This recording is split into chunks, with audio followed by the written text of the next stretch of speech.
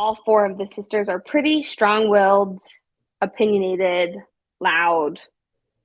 And I think in Mormonism, women aren't women like that don't fit the mold. I grew up in Mormonism, happy and fine, but I definitely felt like often a square peg in a round hole. Even at girls' camp, even at these activities, they're mutual. I often felt like I was too much. I was too much of a version of myself for what a Mormon woman should be. So I already had that kind of in me, and some teachings that had bothered me about the priesthood and women's roles and this idea of a submissive, meek woman. I just didn't like that. Then having Evelyn and Mikey is dead, it came time for her baby blessing. And I was really bothered. And I remember bringing up to mom essentially concerns like, hey, I feel like almost the appropriate person to do the blessing would be me.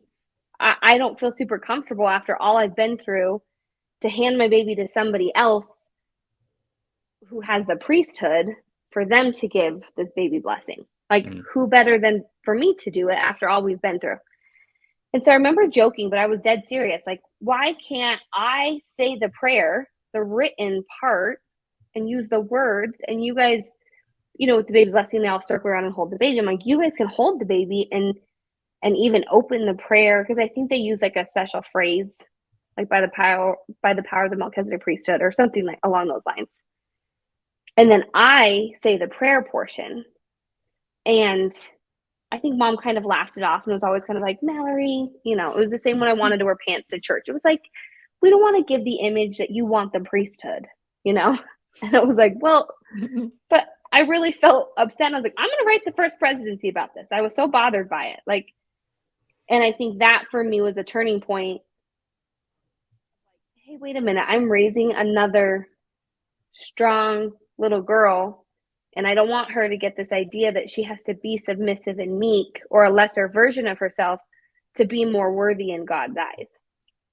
And did overall, you write the first presidency? No, I should have. Okay, I should yeah. have. And I should have pressed the issue more. I should have brought it up to Because leadership. honestly, even if I was Mormon, I So feel bothered like, by it. is there a reason that you couldn't? It's just a gray area that no one Actually, wants to get into. yes. Well, and I had brought it up later, kind of down the road in the story. I brought it up later to Thane as a legitimate question of like, what? But people think you're crazy. They're like, that's just not how it works. That's not the You're way a it works. crazy That's not how it feminist. works. But I'm like, it's not a saving ordinance either, which is important to note. I think it's not like baptism or your endowments where these are saving ordinances. A baby blessing is just a matter of putting the baby's names on the records of the church. So I really didn't understand why this was so out of the realm of possibility.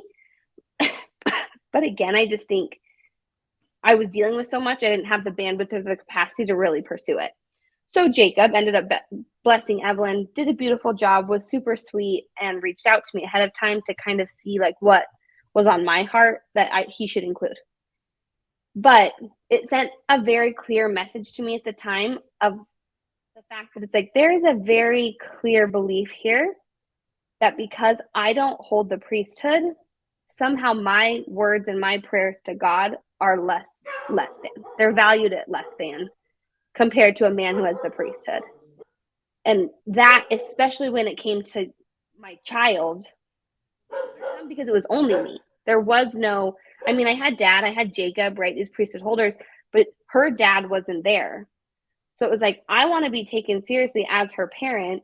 However, because I'm not a man who holds the priesthood within Mormonism, I don't really get that. I have to defer to other people, which really bothered me.